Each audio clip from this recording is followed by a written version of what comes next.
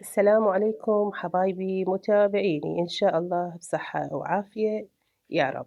شلونكم؟ شخباركم؟ وكل عام وأنتم بألف ألف خير.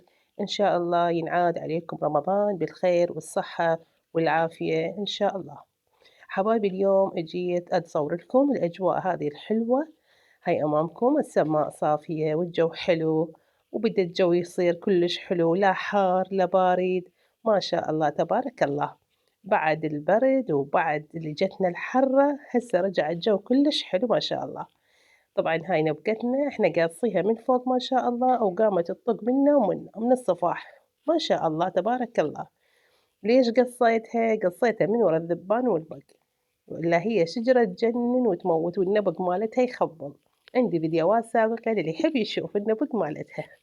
واليوم فيديونا أكيد الكليتشة العراقية حبايبي، تعالوا كلكم استمتعوا فيها.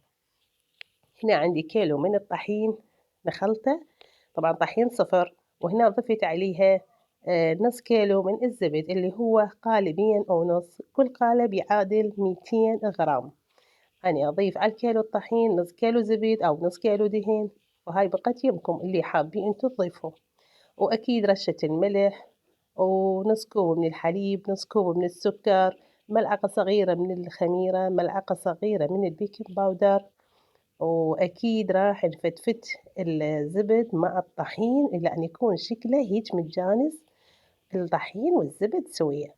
وهنا حبايبي من شفتها اتفتفتت ما شاء الله، راح أضيف عليها مي بالتدريج، وما راح تاخذ منكم مي. ليش؟ لأن بيها زبد.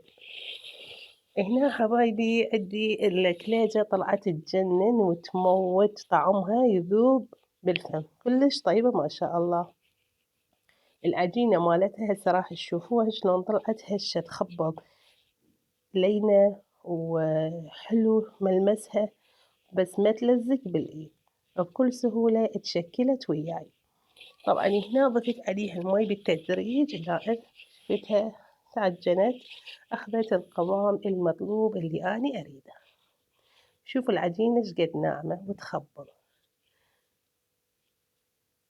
من ألمها بإيدي أبد ما تلزق. شوفوا، شوفوها، شوفوا الجمال مالتها.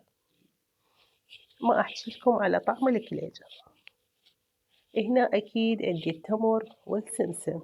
السمسم لازم إحنا نحمصه إلى أن ياخذ اللون الذهبي. ليش نحمصه؟ لحتى ما يبقى طعمه ما طيب بالكليجة.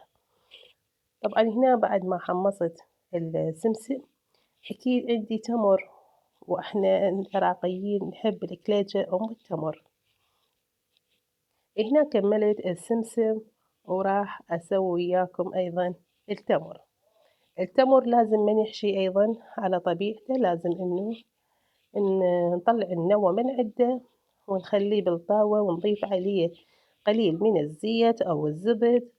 راح طبعا ينطيكم طعم كلش طيب، راح تكون التمراية طعمها هش ولينة بنفس الوقت. من تتحشى بالكليجة راح يكون طعمها لين وطيب.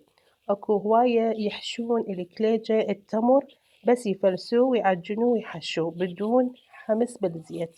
حبايبي هاي الكليجة ما راح تكون طيبة. هنا ما حبيت أطول الفيديو عليكم، قرصتها وسويت الأقراص اللي أنا حابتها، طبعا كلها قرصتها بإيدي، ما استعملت أي قالب كليجة. هنا هذا شكلها الحلو الشهي اللي يجنن، وسهمكم مليون عافية اللي وصل وياي لهنا. حبايبي أتمنى إنه ما تنسون اللايك وتشتركون بقناتي. الناس الجدد اللي دا يشوفون القناة ويطلعون، أرجو أن تشتركون بيها وتخلون اللايك حبايبي. وهنا طبعا الكليجة أم الحلقوم أيضا طلعت تجنن وتموت. وهنا أم السمسم طبعت كل شكل، طبعت يعني كل شكل، يعني سويت كل شكل حشوة. وهذا الشكل حشوة التمر، أم الوردة حشوة الحلقوم، وهذه الملفلفة الحلوة المدبدبة اللي هي حشوة السمسم.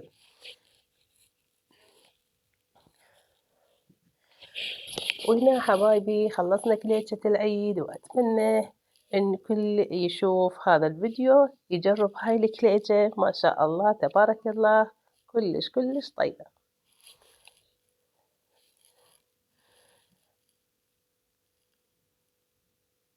وهنا حبايبي راح أخليكم ويا الفيديو قليل وأرجع لكم.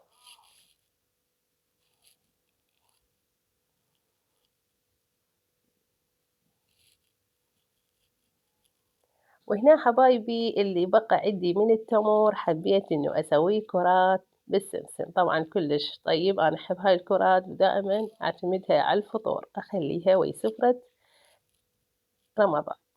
وأكيد هنا حبايبي بعد ما كملنا غسلنا الأجهزة ورجعناها كل من مكانها، طبعًا أكيد نشفناهن ورجعناهن مكانهن ونظفنا مطبخنا وخليناه يلمع لمع، وتكون الراحة النفسية من تشوفين مطبخك يا أم البيت نظيف ومرتب وكل شغلة بمكانها وكل حاجة بمكانها، ما راح تتعذبين ولا راح تتعبين، وياه راح نخلص شغلنا سوية. يا جماعة الخير النظافة حلوة، من تسويلك شغلة بسرعة كفكفيها واخريها على النشف، الماعون يغسلي اللي اشتغلتي بيه غسلي واخريه، العجانة اللي اشتغلتي بيها غسليها ونشفيها واخريها، فهذا الشي راح يكون كلش سهل عليك وما راح يتراكم عندك الشغل ولا راح تتكوم عندك المواعين. وهنا أكيد مطبخنا صار يلمع لمع، وهذا عندي هنا الورد الطبيعي الجوري اللي يخبل اللي انتو مثله، انتو ورد. شوفوا الورد الجوري هنا خليته طبعًا ما عندي قارورة حيل كبيرة فخليته بهاي الشيشة عندي مال معجون أعتقد مال حمص ما أدري، المهم خليت بيها مي وخليت بيها الورد الحبايبي الورد المتابعين. وهنا حبايبي أستودعكم بالله ومع ألف سلامة.